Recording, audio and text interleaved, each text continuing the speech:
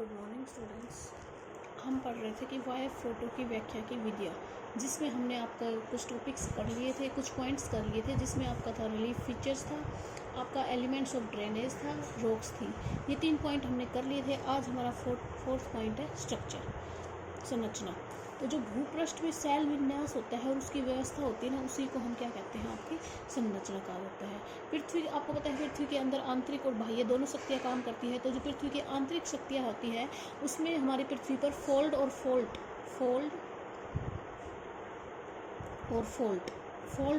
बनते हैं।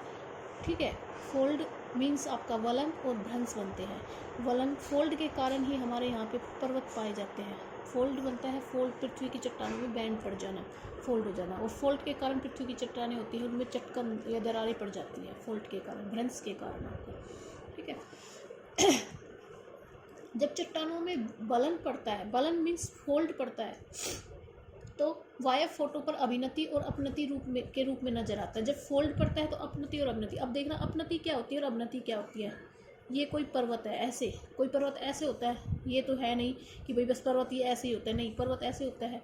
तो अपनति किसको बोलते हैं? अपनति ये जो पर्वत का पार्ट होता है, इसको अपनति बोलते हैं। और ये जो बेसिन सा होता है ना, आपका घाटी बोल लो या बेसिन बोल लो या जो भी बोल लो, इसको क्या बोला जाता है? आपका अभिनति।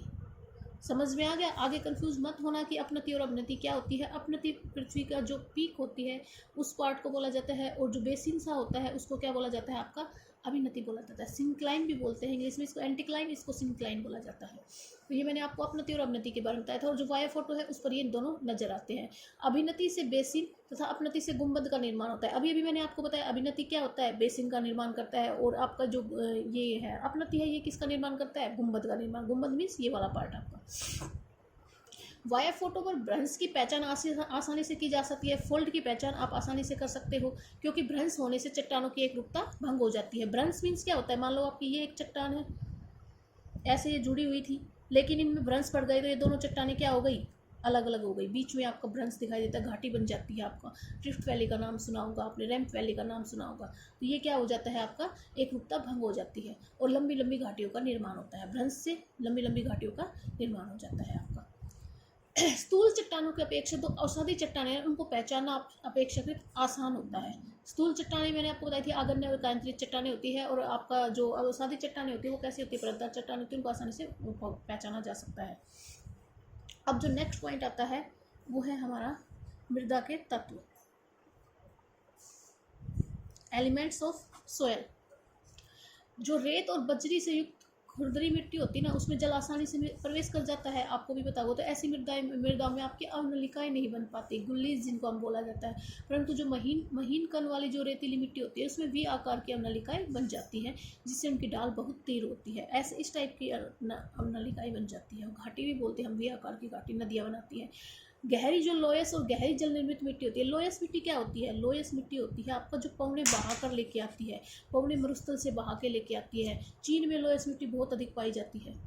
ठीक है, तो ये जो लोयस मिट्टी होती है ना, इसमें किस प्रकार की बन जाती है? आपकी यू आकार की घाटी बनती है, जिनके पार्श्व क्या होते हैं? मंद ढाल के होते हैं। देखो यहाँ खड़ा ढाल होता है और ये यू आकार की घाटी होती है, ये क्या होता है? आपका मंद ढाल होता है।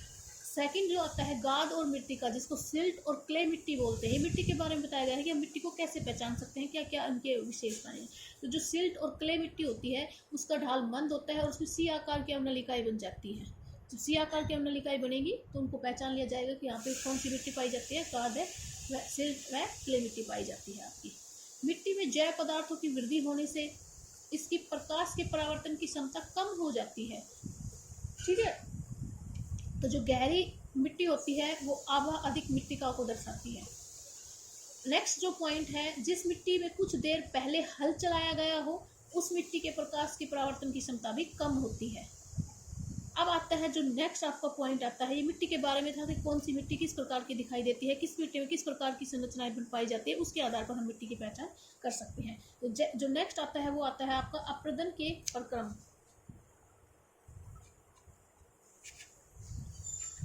के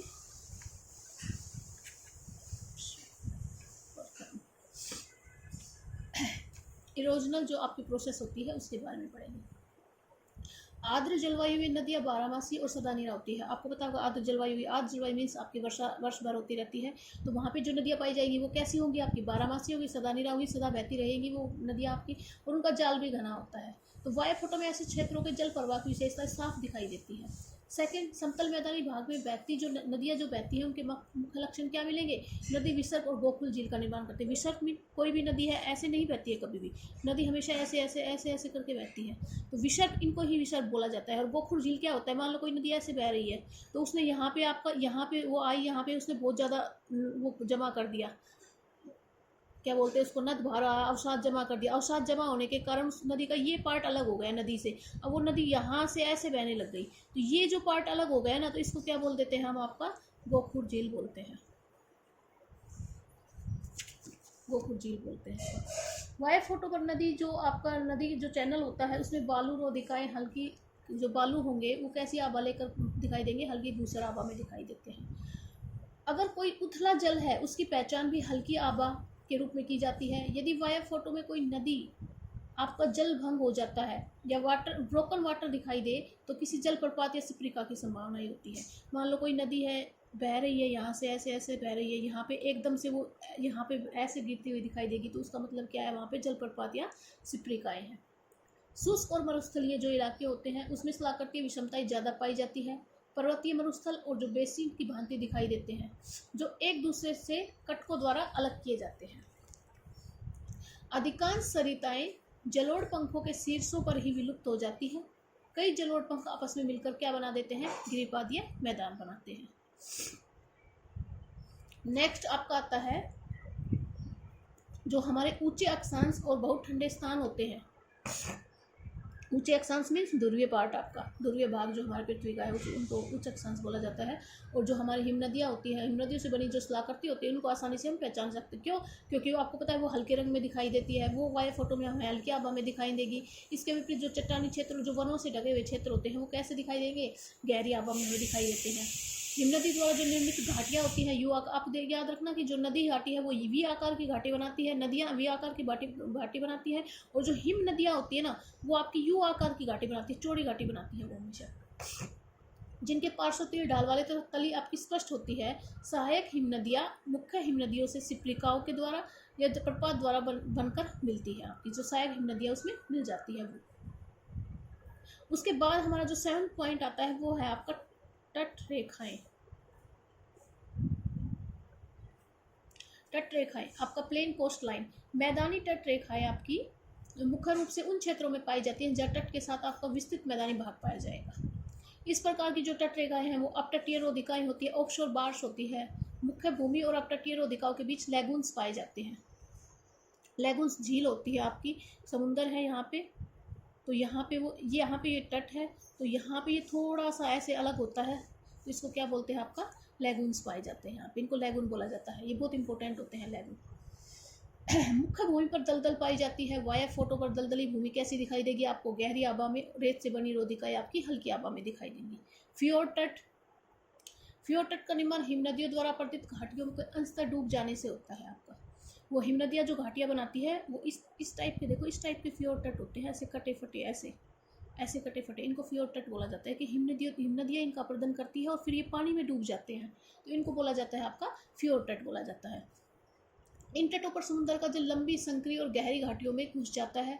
किनारों पर जो अंतिम हिमोड़ होते हैं उनके निक्षेप बने हुए द्वीप भी पाए जाते हैं। ठीक है, फिर आता है आपका परवाल भित्तियाँ। देखो ये तट रेखा है ना, इसी के पार्ट आते हैं। पहले मैदानी तट रेखाएं आ गई कैसी थी, फिर फ्योर्ड तट आ गया आपका, परवाल भित्तियाँ आ गई है इसी में ही। परवाल भित्ति क्या होती है आपको पता है, कोरल रीफ। कोरल रीफ जो शैवाल होते हैं और एक जीव होता है जुजुंथिया, वो आपस में मिलकर रहते हैं और उनके शरीर चूने से बना होता है। जब वो मरते जाते हैं तो एक के ऊपर दूसरा जीव आके रहने लगता है और धीरे धीरे वो एक रीफ सी बन जाती है, वो एक पर्वत के रूप में बनता जाता है और धीरे धीरे समुद्र से ऊपर आता रहता है, तो उनको परवाल भित्ति बोला जाता है। परवाल जो होते हैं परवाल भित्ति होते हैं, जब वो मर जाते हैं तब उनको बोला जाता है। लेकिन जो परवाल होते हैं वो जीवित जीव होते हैं और बहुत सुंदर होते हैं। हमारा जो सबसे बड़ा परवाल भित्ति है वो कहाँ पाया जाता है, ऑस्ट्रेलिया का ग्रेट बैरियर रीफ है वो है। और जो इनको ना समुद्र का मतलब क्या बोला जाता है आपका, बहुत ही सुंदर और कलरफुल होते हैं ये। उसके बाद परवाल भित्तियाँ मुख्य रूप से उष्णकटिबंधीय, हाँ ये बात याद रखनी है, उष्णकटिबंधीय क्षेत्रों के गर्म महासागर में ही पाई जाती है। ठंडा जो जहाँ पे जल होता है वहाँ पे जीवित नहीं रह सकती है, और इनका जो विकास है वो तट के आसपास ही होता है। ये हल्की आबा में दिखाई देती है। फिर आता है आपका खाड़ी युक्त तटरेखा। खाड़ी युक्त जो तटरेखाएं होती हैं आपकी समुद्र जल खाड़ियों और जो आपके ज्वार नदमुख होते हैं उनमें आपके प्रवेश कर जाती है, और ये समुद्र में डूबी हुई नदी घाटियाँ ही होती हैं। उसके बाद आता है आपका वनस्पति, जो 8 पॉइंट होता है वो है आपका वनस्पति। वनस्पति में क्या होता है कि जो वायु फोटो पर किसी प्रदेश की जो वनस्पति है उसका विश्लेषण करने के लिए हमें उसे वनस्पति को प्रभावित करने वाले जो भौगोलिक कारक हैं उनका अच्छे से ज्ञान होना चाहिए। तो जो आपका भूमध्य रेखीय प्रदेश उसमें सदाबहार वर्षावन पाए जाते हैं, बहुत घने होते हैं और विस्तृत होते हैं। आपका ये जो पेड़ होते हैं आपके 75 से 80 मीटर तक ऊंचे होते हैं, और ये मैंने आपको पहले भी बताया था कि इनमें क्या होता है, इतने अधिक बढ़ जाने का इनका कारण क्या है, क्योंकि इनमें जो आपका धूप लेने की होती है, जो आपकी जो सूर्य का प्रकाश है वो आपका जमीन तक नहीं पहुँच पाता। ये इतने गहरे होते हैं और 3 लेयर्स में पाए जाते हैं। ये सबसे ऊँचे, फिर थोड़े छोटे वृक्ष और फिर सबसे छोटे वृक्ष पाए जाते हैं। तो ये आप ऊपर की तरफ बढ़ते हुए चले जाते हैं। इन मैदानों के जो भूमध्य रेखी जो ये जो प्रदेश है इसमें इनकी आबा कैसी दिखाई देगी, हल्की दिखाई देगी। आपका शीतोष्ण कटिबंध में जो कोनधारी वन पाए जाते हैं वो गहरी आबा में पाए जाते हैं, और पतझड़ वन अपेक्षाकृत हल्की आबा में पाए जाते हैं। ठीक है। फिर जो नेक्स्ट पॉइंट आता है आपका सांस्कृतिक लक्षण। सांस्कृतिक लक्षण मीन्स मानव के द्वारा बनाए गए लक्षण। सांस्कृतिक लक्षण में जो हमारे सड़क मार्ग है वाया फोटो पर हल्की आबा में दिखाई देते हैं। ये मैदानी इलाकों में प्राय सीधे और पहाड़ी इलाकों में मोड़दार दिखाई देता है। आपको पता है मैदानी में तो सीधी सड़क बना सकते हैं, लेकिन पहाड़ी इलाकों में सड़कें कैसी होती है, ऐसे ऐसे गोल गोल गोल गोल ऐसी सड़कें पाई जाती हैं। नदियों पर सड़कों के पुलों को आसानी से पहचाना जा सकता है, क्योंकि नदी के जल तथा जो आपका पुल है उसकी प्रकाश परावर्तन क्षमता एक दूसरे से अलग होती है। रेल मार्ग आपको गहरी आबा में दिखाई देंगे। पर्वतीय इलाकों में कुछ दूरी पर रेल मार्ग बिल्कुल दिखाई नहीं देते हैं। नहरें हैं वाया फोटो पर सड़कों जैसी ही नजर आती है, परंतु इनकी आबा से पहचाना जा सकता है। नहरों की आबा सड़कों की आबा से गहरी होती है, सड़कें आपकी हल्की होती है, नहरें आपकी अलग होती है। फिर उसके बाद आते हैं आपका जो लास्ट पॉइंट है वो आता है आपका नगरीय लक्षण।